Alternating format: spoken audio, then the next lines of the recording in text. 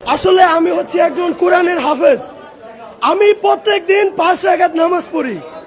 এই সিনেমাটা দেখার সময় আমি সিনেমা হলে 20 রাকাত নফল নামাজ পড়েছি। শালার তো দেখলেই তো মনে হয় টুকাই। তুই সিনেমা হলে এসে হচ্ছে 20 টাকার নফল নামাজ আদায় করতেছিস, মানে ভালো কাজে তো আসিস তুই, আবার কোরআনের হাফেজ। শালা টুকাই শালা। শালা তুই সিনেমা হলে এসে নামাজ পড়তেছিস 20 টাকা। তোর বাপ মায়ের জন্য দোয়া কর, তোর বাপ মায়ের জন্য নফল নামাজ আদায় কর, যে বাপ মা ভালো যেন থাকে।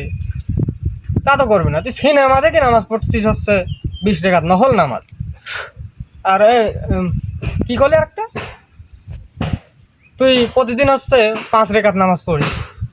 আরে শালা 5 রেখাত হবে না, 5 ওয়াক্ত হবে। শালা টুকাই মুগাই আসি কোথা থেকে হলে ভরে যায় শালা। শালা আমি তো সিনেমা হলে কোনোদিন যাইনি রে, আমি সিনেমাই দেখিনি কোনোদিন।